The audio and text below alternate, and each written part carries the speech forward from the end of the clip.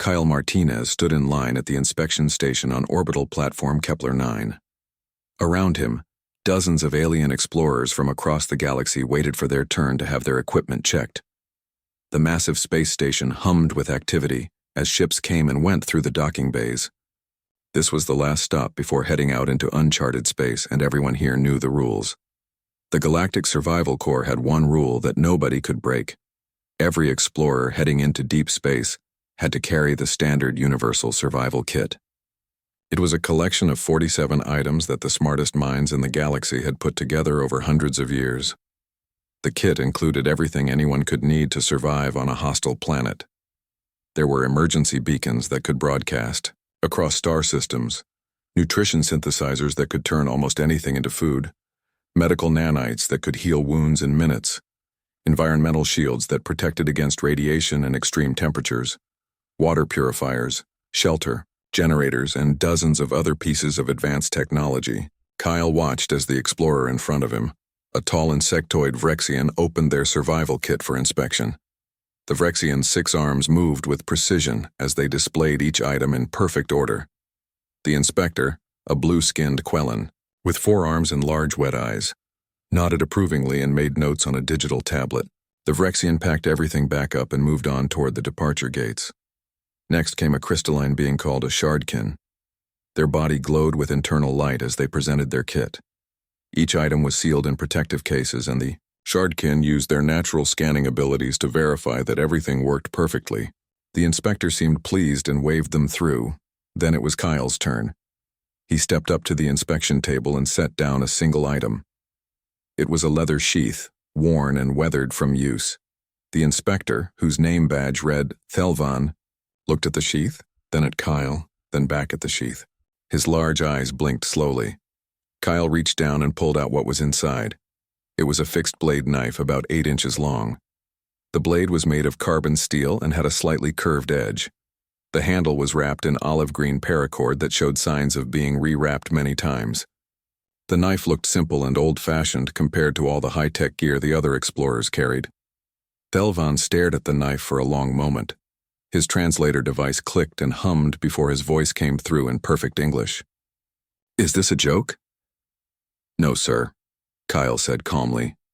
"This is my survival kit. The regulation clearly states that every explorer must carry 47 items," Thelvan said. His 4 arms crossed in what Kyle recognized as a sign of frustration. "You have presented 1 item." "Yes, sir, I understand that. Then where are the other 46 items?" "I don't have them," Kyle said. "This knife should cover everything I need." The conversation was starting to attract attention. Other explorers in line began to whisper and point. A few moved closer to see what was happening. Thelvan's skin changed to a darker shade of blue, which Kyle guessed meant he was either angry or confused. "Young human," Thelvan said slowly, as if speaking to a child. "Do you understand what you are saying? You are about to embark on a solo survey mission into completely uncharted territory. The planets you will visit may have toxic atmospheres, predatory wildlife, extreme weather, or any number of other deadly hazards. The survival kit exists because thousands of explorers died before we learned what was necessary to stay alive out there." "I understand the risks, sir," Kyle replied. "Then you must understand that what you are doing is suicide," Thelvan continued. His voice grew louder, and more people gathered around. "Let me show you something."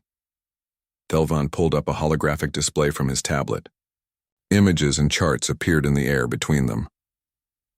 "This is data from the last 50 years of deep space exploration," he said.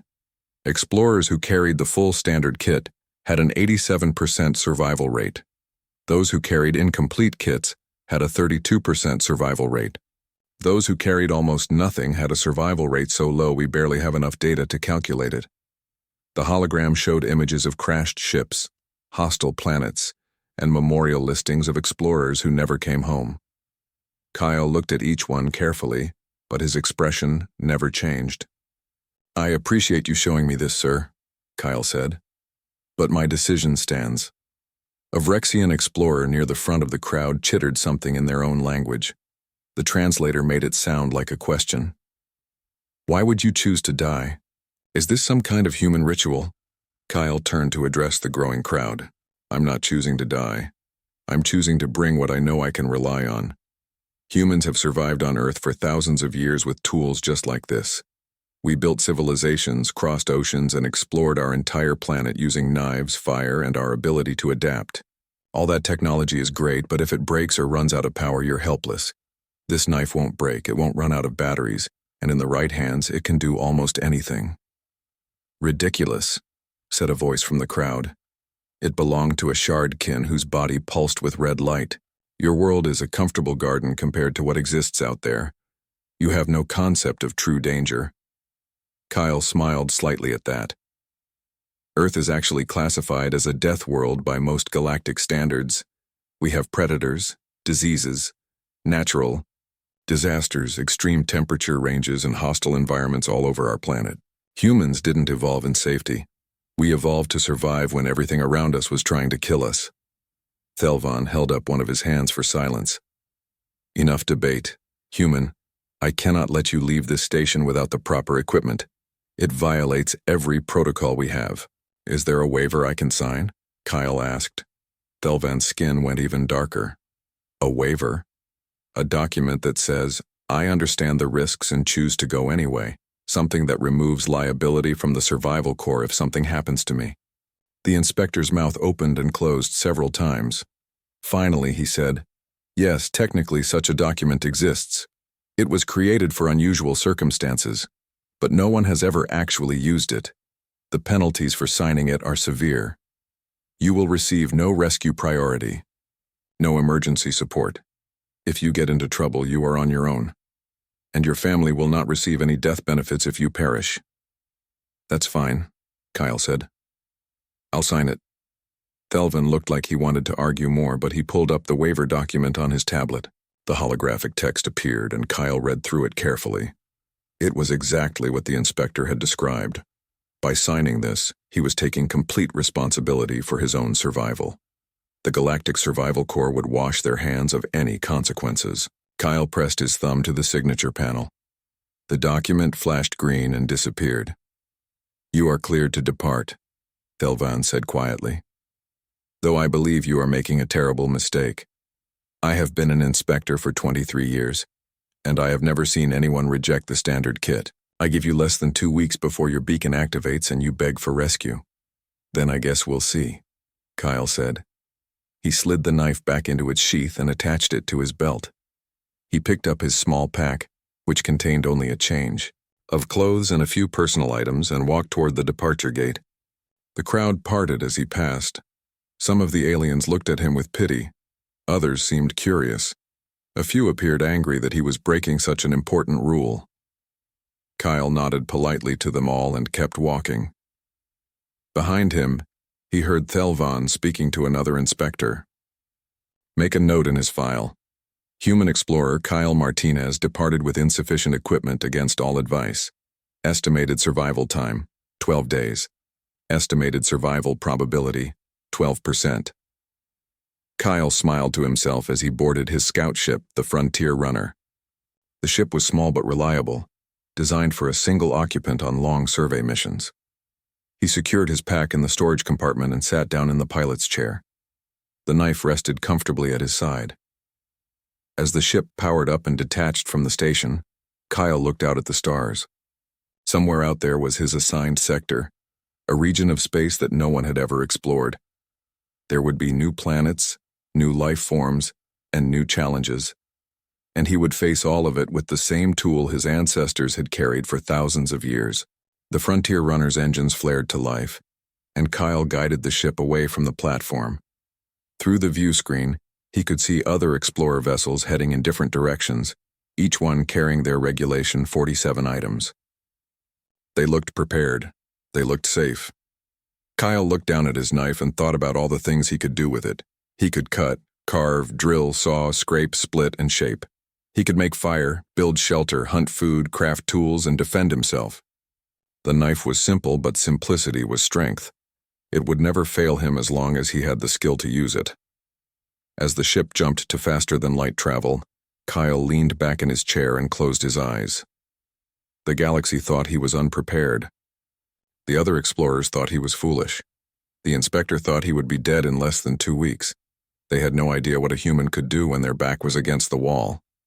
They had no idea that sometimes one good tool and the will to survive was all you really needed.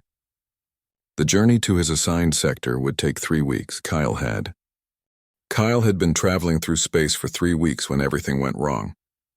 The frontier runner had just entered his assigned sector and was approaching the first planet on his survey list.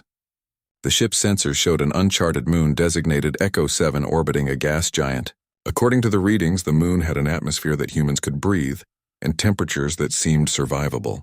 Kyle decided to do a closer scan before moving on. That was when the alert started screaming. The ship's computer detected something the sensors had missed. A gravitational anomaly was pulling at the frontier runner with incredible force. Kyle grabbed the controls and tried to steer away, but the anomaly was too strong. The ship shook violently as metal groaned and systems began failing one by one. Kyle realized what was happening. Somewhere nearby, probably hidden behind the moon's magnetic field, was a decaying microsingularity. It was a tiny black hole that was pulling his ship apart. Warning lights filled the cockpit. The propulsion system died first, then navigation, then life support. Kyle worked fast, shutting down non-essential systems and routing all remaining power to the emergency protocols. The ship was dying and there was nothing he could do to save it. "Computer, launch escape pod," Kyle shouted over the alarms. The computer's voice was calm despite the chaos. "Escape pod launching in 3, 2, 1. The pod ejected from the frontier runner with explosive force. Through the small window, Kyle watched his ship get torn apart by invisible forces. Metal twisted and broke, pieces scattered in all directions. Then the whole thing was pulled into the anomaly and disappeared. Kyle's stomach dropped as he realized he was completely alone now. The escape pod had minimal controls. It was designed to get away from danger and land on the nearest safe surface. The problem was that safe was relative. The pod's computer calculated that Echo 7 was the only option within range. Kyle strapped himself in tight and prepared for impact. The pod entered the moon's atmosphere at a steep angle. It shook so hard that Kyle's teeth rattled. The heat shield glowed red as friction burned away the outer layer.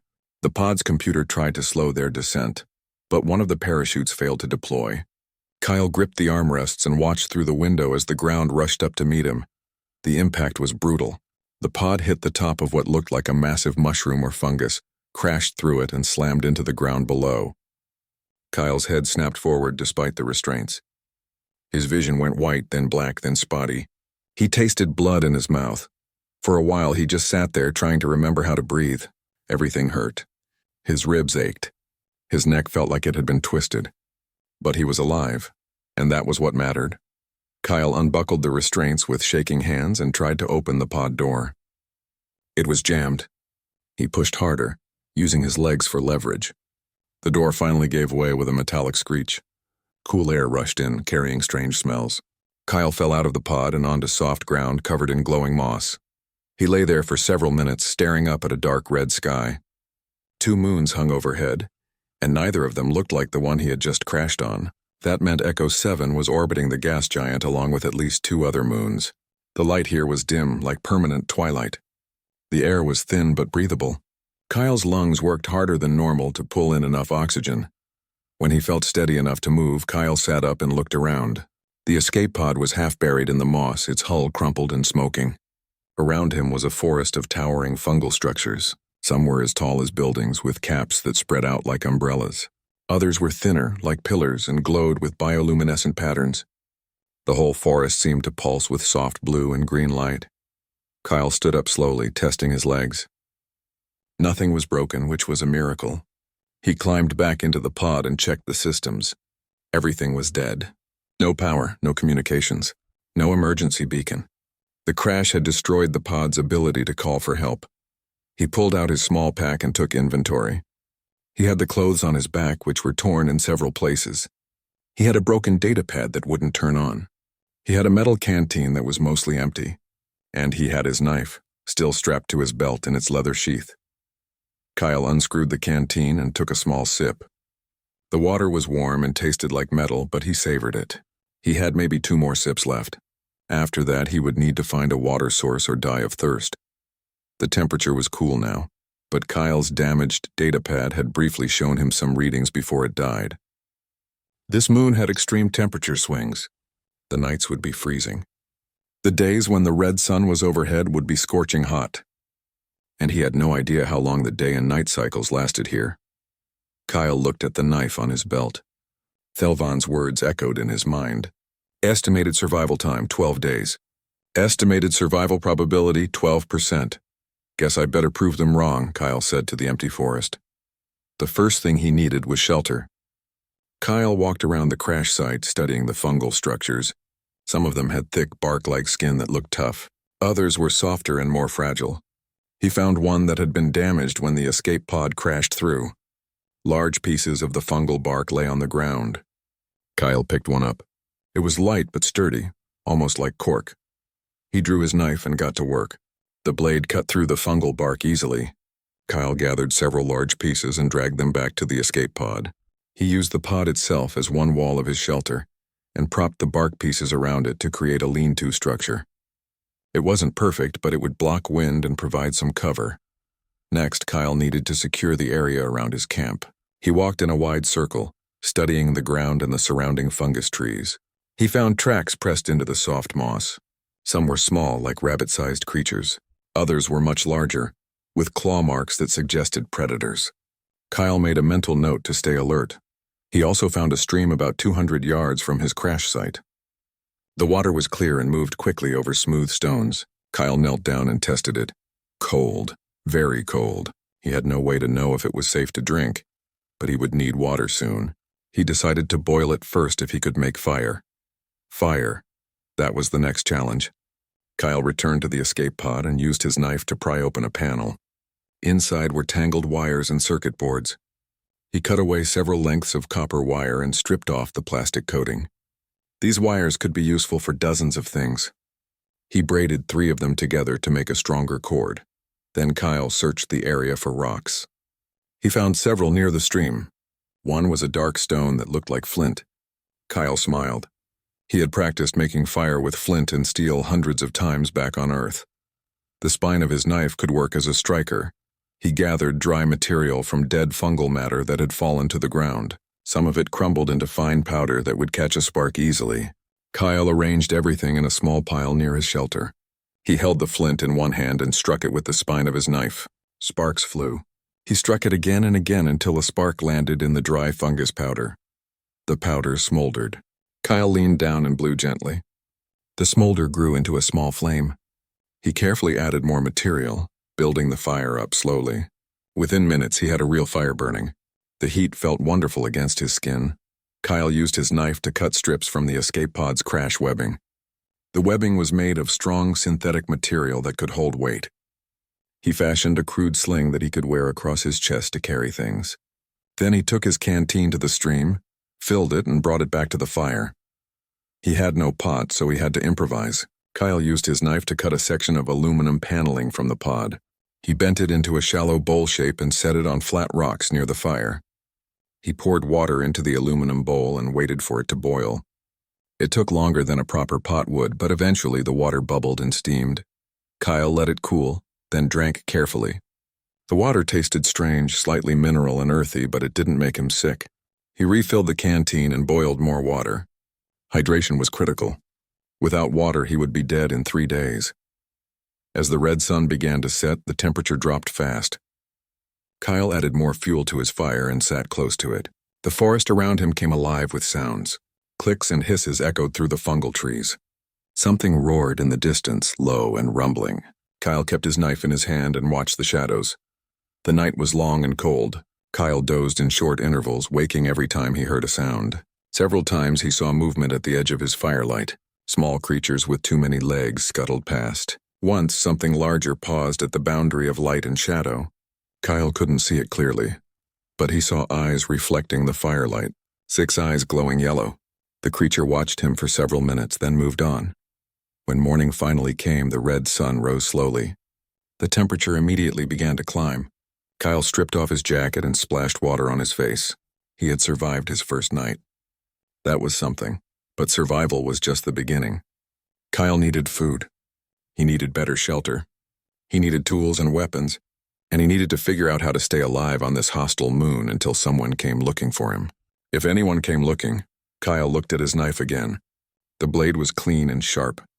2 weeks had passed since Kyle crashed on Echo 7, and the moon had tried to kill him at least a dozen times. But Kyle was still alive, and he had turned his crash site into something that almost looked like civilization. The first major challenge had been food. Kyle spent 3 days carefully observing the local wildlife before he tried to catch anything. He watched small armored creatures that looked like a cross between crabs and lizards. They had 6 legs, hard shells, and moved in quick bursts. Kyle called them shell runners. They seemed to eat the glowing moss and the spores that fell from the fungal trees. Kyle made his first hunting tool on the 4th day. He found a long, straight piece of fungal stalk that had fallen from one of the taller structures. It was about 6 feet long and surprisingly rigid. Using his knife, he shaved away the outer bark and shaped one end into a point. Then he hardened the point by holding it over his fire, rotating it slowly until the tip turned dark and became as hard as wood. The spear wasn't perfect, but it was functional. Kyle practiced throwing it at a target he made from fungal bark. His first throws were terrible. The spear wobbled in the air and landed sideways. But Kyle kept practicing. He adjusted his grip, his stance, and his release. By the end of the day, he could hit his target from 20 feet away. The next morning, Kyle went hunting. He found a group of shell runners near the stream and crept close, moving slowly to avoid startling them.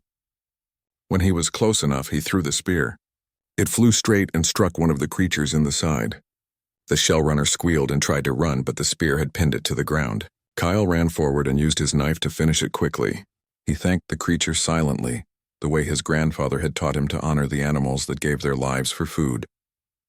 Kyle brought the shell runner back to camp and used his knife to carefully open it.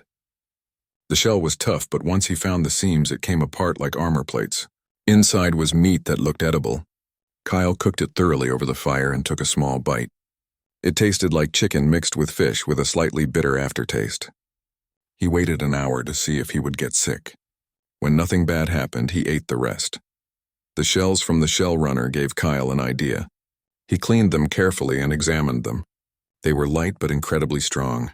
Kyle used his braided wire to lash several of the larger shell plates to his chest and forearms. It wasn't perfect armor, but it would protect him from claws and teeth.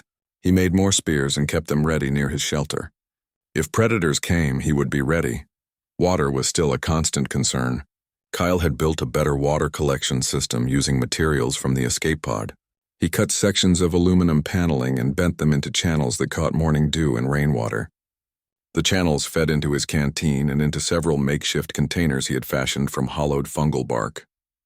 He also improved his water filtration by layering sand, charcoal from his fire, and pieces of his torn clothes into a makeshift filter. The water that came out was cleaner and tasted better, but Kyle needed more than just water. He needed cordage, rope, and line for fishing and building traps. The copper wire from the escape pod was useful but limited. Kyle explored the forest and found vine-like plants that grew between the fungal trees. The vines were tough and fibrous. He used his knife to cut sections and then split them lengthwise into thinner strands. By twisting and braiding these strands together, he created surprisingly strong rope. With rope, Kyle could do so much more. He built a better shelter by lashing together thicker pieces of fungal stalk to create a frame. He covered the frame with fungal bark and sealed the gaps with a paste made from moss and mud. The new shelter was tall enough to stand in and had a slanted roof that directed rain away from the entrance. Inside, he built a raised sleeping platform using more fungal stalks and padding it with dried moss. It kept him off the cold ground at night. Kyle also built a food storage area. He noticed that the shell runner meat dried quickly in the hot afternoon sun. He made drying racks from thin fungal stalks lashed together with his rope. He hung strips of meat on the racks and let the sun preserve them. The dried meat was tough and chewy, but stayed good for days without spoiling. He also experimented with smoking meat over his fire, which gave it a different flavor and helped preserve it even longer. Fishing became another food source. Kyle had seen eel-like creatures in the stream. They were about 2 feet long, dark gray, and fast. He made fishing hooks by carefully carving small pieces of bone from the shell runners. The bones were hard and held an edge well. Kyle shaped them into hooks with barbed points and attached them to fishing line made from braided plant fibers. He used small pieces of shell runner meat as bait. The first time he caught one of the eel creatures, it nearly pulled him into the stream.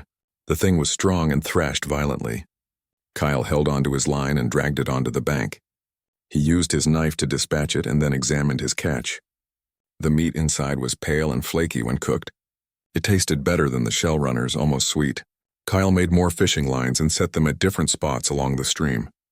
He checked them twice a day and usually caught at least one eel. But the forest wasn't just a source of food. It was also full of dangers. Kyle learned this lesson hard during his second week. He was checking his fishing lines when he heard something moving through the fungal trees. Something big. He froze and listened. The sound was a heavy footfall, rhythmic and deliberate. Then he saw it. The creature was easily 8 feet tall at the shoulder. It had 6 legs like the shell runners but was built like a bear mixed with a wolf. Its body was covered in dark fur that seemed to absorb light. 6 bioluminescent eyes glowed on its head, arranged in 2 rows of 3. Its mouth was full of teeth that looked designed for tearing meat. Kyle slowly reached for his spear, but he had left it back at camp. All he had was his knife. The creature's eyes fixed on him. It made a low rumbling sound, almost like a growl mixed with a purr. Kyle knew that sound. It was the sound of a predator deciding whether something was prey. He didn't run. Running would trigger the creature's chase instinct. Instead, Kyle stood tall, made himself look as big as possible, and met the creature's gaze. He pulled out his knife and held it ready. He made a loud, sharp sound, almost like a bark. The creature flinched slightly. Kyle did it again, louder this time. The standoff lasted for what felt like hours, but was probably only a minute. Finally, the creature turned and walked away, disappearing into the fungal forest. Kyle's hands were shaking. He went back to camp immediately and spent the rest of the day building defenses. He used his knife to sharpen dozens of fungal stalks into stakes.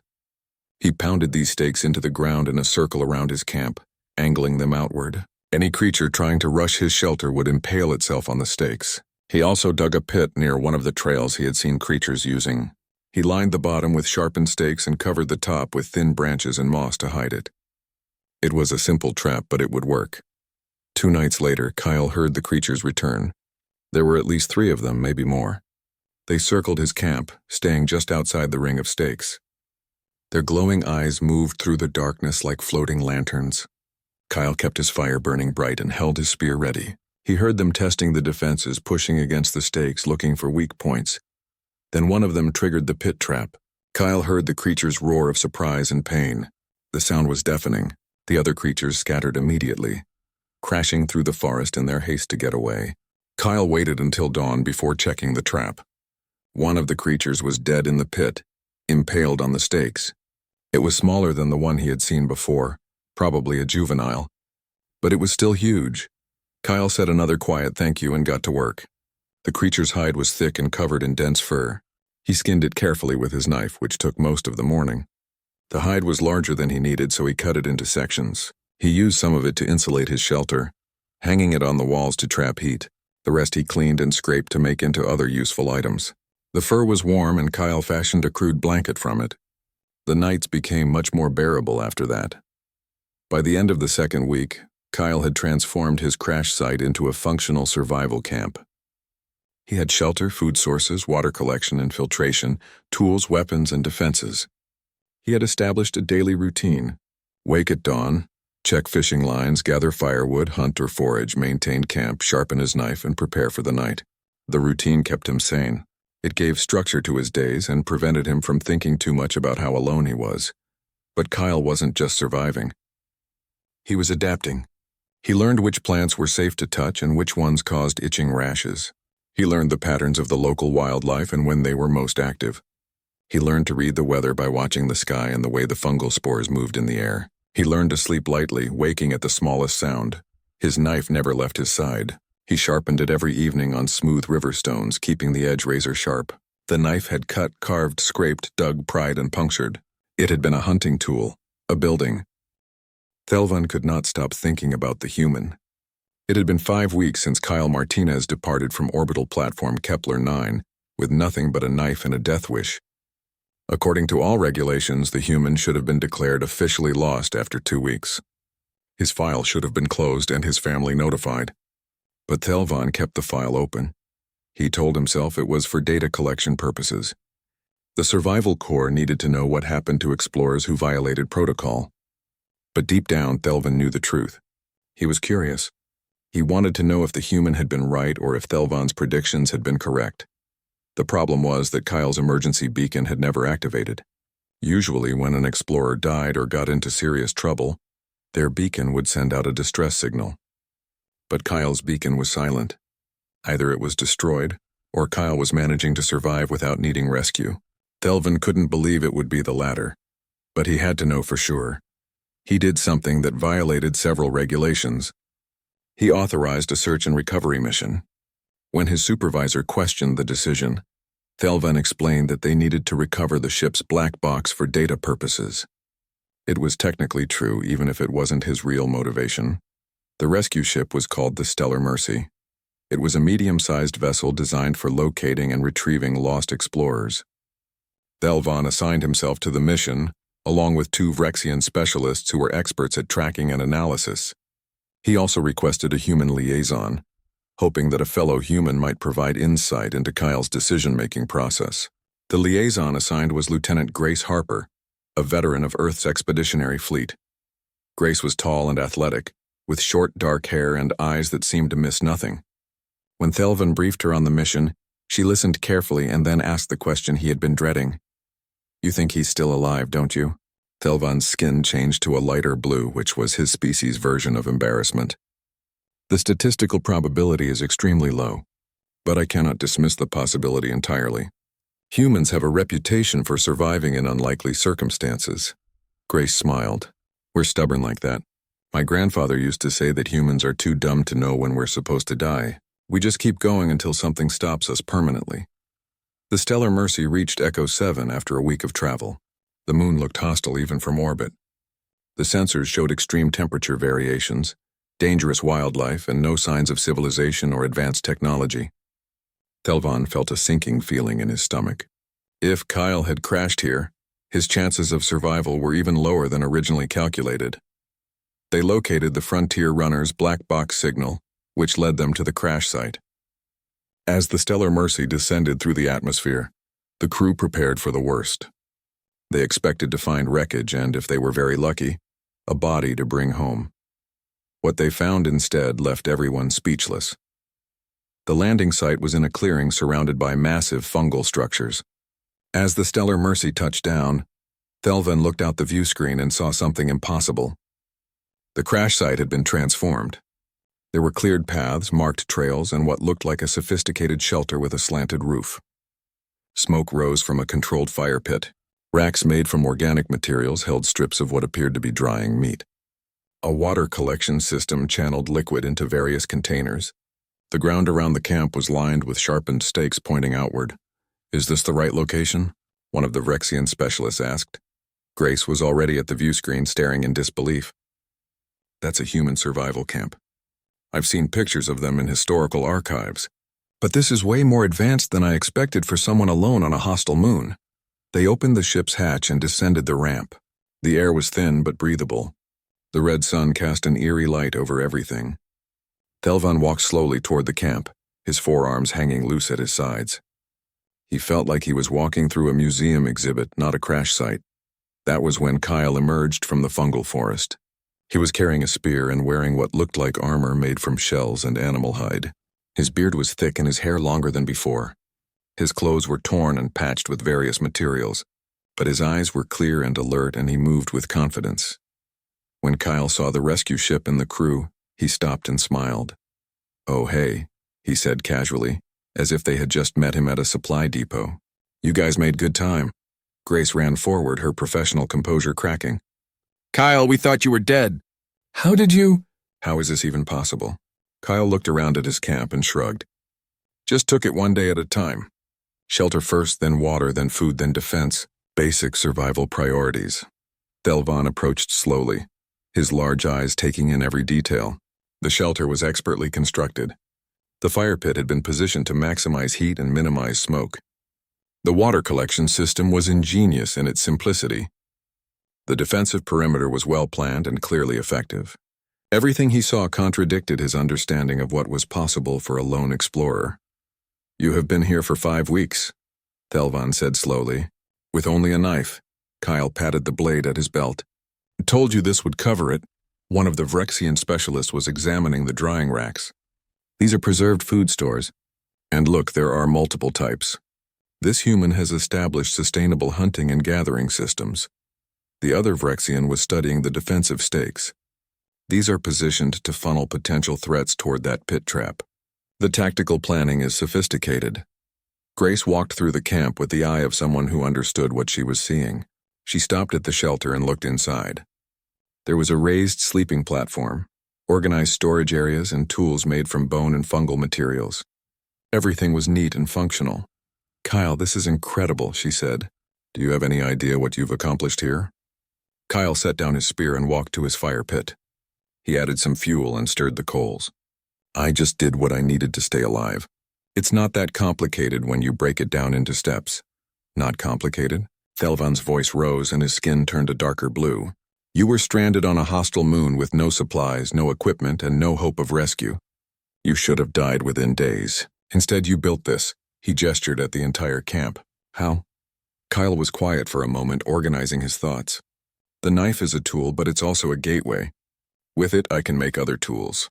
With those tools, I can gather resources. With resources, I can build shelter and make weapons. With weapons, I can hunt. With food and water and shelter, I can survive.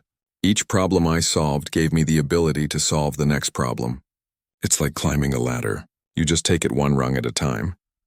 Grace picked up one of the fishing hooks Kyle had made from bone. "This is carved by hand. The craftsmanship is excellent. My grandfather taught me," Kyle said. "He was big on traditional skills.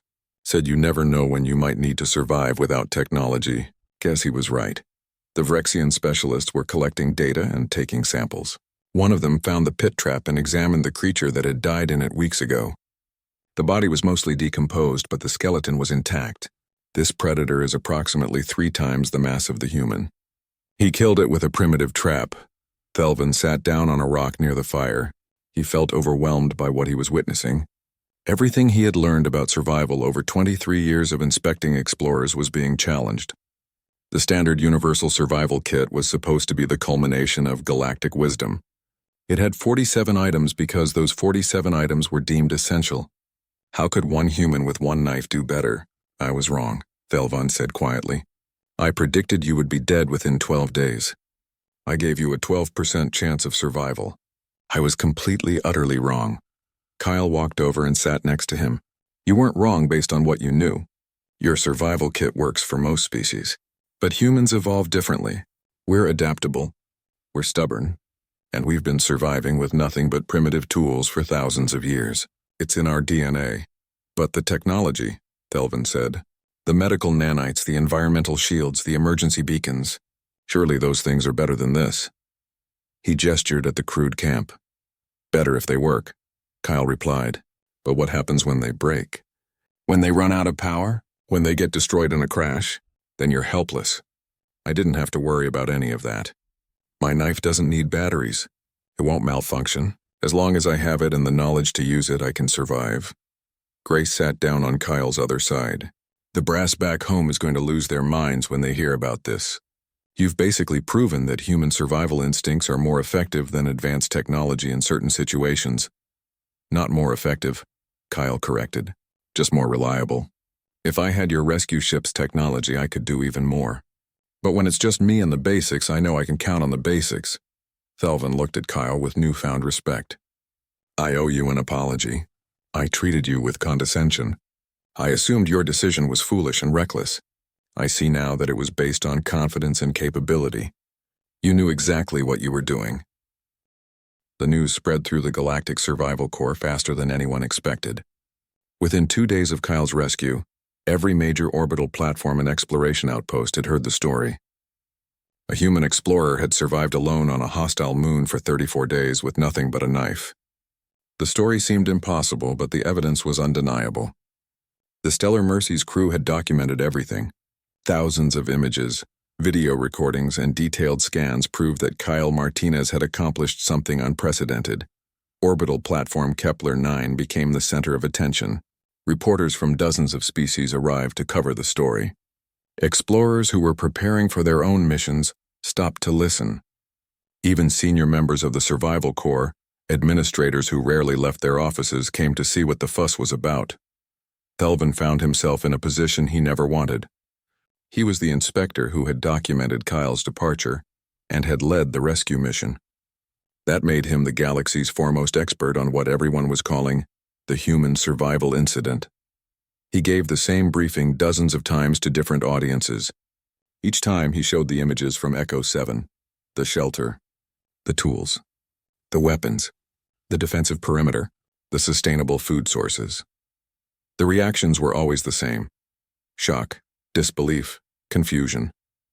How could one primitive tool accomplish what required 47 pieces of advanced technology? The Galactic Survival Corps convened an emergency review board. It was the first time in 50 years that such a board had been called. The board consisted of representatives from all major spacefaring species. There were Vrexians, Quellans, Shardkin, Metharians, and a dozen others. They gathered in a large conference hall on the platform, and the room was packed with observers. Thelvin presented his findings to the board. He spoke for over an hour, walking them through every detail of Kyle's survival. He showed them how the knife had been used to create tools, how those tools had been used to gather resources, how resources had been turned into shelter, weapons, and sustainable systems. He explained the step-by-step process that Kyle had used to survive.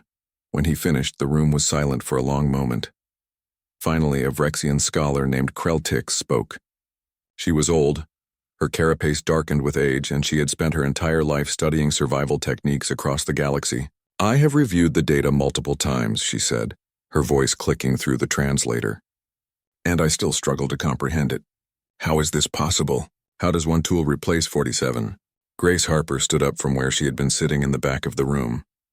As the human liaison, she had been asked to provide perspective on human capabilities. "It's not that the knife replaced 47 items," she said. "It's that the human replaced the need for those items. The knife is just an enabler. The real tool is human adaptability." "Explain," said a crystalline Shardkin named Varel. Grace walked to the front of the room and stood beside the holographic display showing Kyle's camp. "Humans evolved on what the galaxy classifies as a death world. Earth has extreme weather, dangerous predators, deadly diseases, and limited safe habitats. Our ancestors survived not because they were stronger or faster than other animals, but because they were smarter. They learned to use tools. They learned to adapt to any environment. They learned to turn problems into solutions. But many species use tools," Kreltix said. "That is not unique to humans." "True," Grace agreed. "But humans have been using primitive tools for survival for hundreds of thousands of years. It's not just knowledge for us.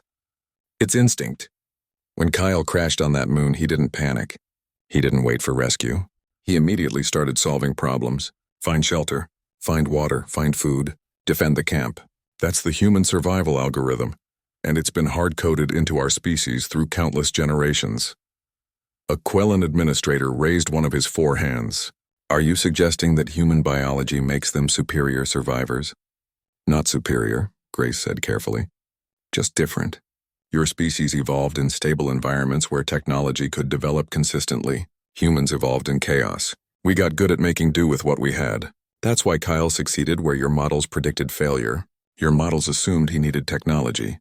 He proved that humans need something else. We need challenges and the freedom to solve them our way." The debate continued for hours. Some members of the board argued that Kyle's success was an outlier, a statistical anomaly that shouldn't change established protocols. Others argued that the entire foundation of the standard universal survival kit needed to be reevaluated. If a human could survive with one tool, what did that say about the necessity of the other 46 items? Thelvin listened to it all with growing frustration. Finally, he stood and addressed the board directly. "I think we are missing the point," he said. "This is not about whether the standard kit is unnecessary. For most species, it is still essential. But Kyle Martinez has shown us that there are other ways to survive. Different species have different strengths. Perhaps instead of forcing every explorer to carry the same kit, we should allow them to customize their equipment based on their own capabilities." That suggestion caused even more debate, but it started to shift the conversation in a new direction. Over the following days, the board began to draft new guidelines. The standard kit would remain the recommended baseline, but explorers would be allowed to modify it based on their species-specific needs and skills. The modifications would need to be approved, and explorers would need to demonstrate proficiency in their chosen methods. But the rigid 47-item requirement would no longer be absolute. While the bureaucrats argued and revised regulations, Kyle was dealing with his own flood of attention. Everywhere he went on the platform, people stopped him. Some wanted to shake his hand or equivalent appendage. Others wanted to ask questions. A few wanted to challenge his methods or argue that he had just been lucky. Kyle handled it all with patient good humor, but he was getting tired of being treated like a curiosity. He was a working explorer, not a celebrity. He just wanted to get back to his job. Grace found him one evening sitting alone in an observation lounge looking out at the stars. She sat down beside him without saying anything at first. "Tired of the attention?" she finally asked. "Beyond tired," Kyle admitted. "I didn't do anything special. I just survived. That's what explorers do."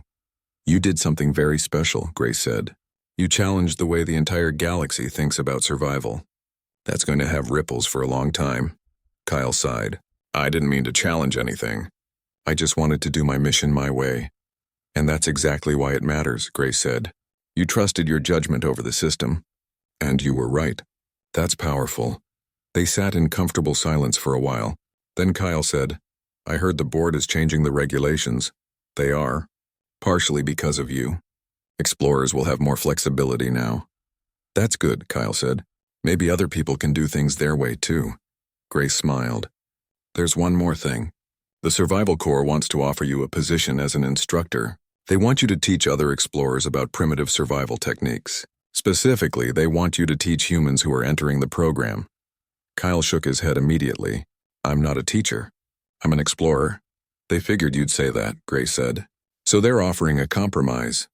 You continue doing solo missions, but between missions you do short training sessions, a few days at a time. Nothing that would keep you grounded permanently." Kyle considered it. He didn't love the idea, but he understood why it was important. If other humans could learn even a fraction of what he knew about survival, they would be better prepared for the unexpected. And the galaxy clearly needed to learn that humans brought something unique to exploration. "I'll think about it," he said. "Fair enough," Grace replied. She stood to leave, then paused. "For what it's worth, what you did out there matters. Not just for humans, but for everyone. You proved that sometimes the old ways work just as well as the new ones, maybe better." After she left, Kyle sat alone with his thoughts. He reached down and touched the knife at his belt. The blade had saved his life. But more than that, it had proven a point. Technology was powerful and useful, but it wasn't the only answer. Sometimes knowledge, skill, and determination were enough. A week later, Kyle was cleared for his next mission. He stood once again at the inspection station, and once again Thelvan was the inspector on duty. The Quellan looked at Kyle's gear and saw the same leather sheath, the same worn knife. "I see you are still traveling light," Thelvan said. "Wouldn't have it any other way," Kyle replied. "The board has approved your equipment configuration," Thelvan said formally. "You are cleared for departure. But before you go, I want to say something personal." The Quellan's skin shifted to a warm purple color, which Kyle had learned indicated sincerity. "You taught me an important lesson. I had become too reliant on rules and procedures. I forgot that survival is not about following a checklist.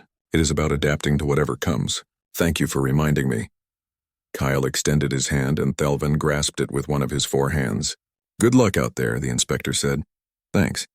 I'll bring you back a good story." Kyle walked toward the departure gates where his new ship waited. It was called the Horizon Seeker, another solo scout vessel.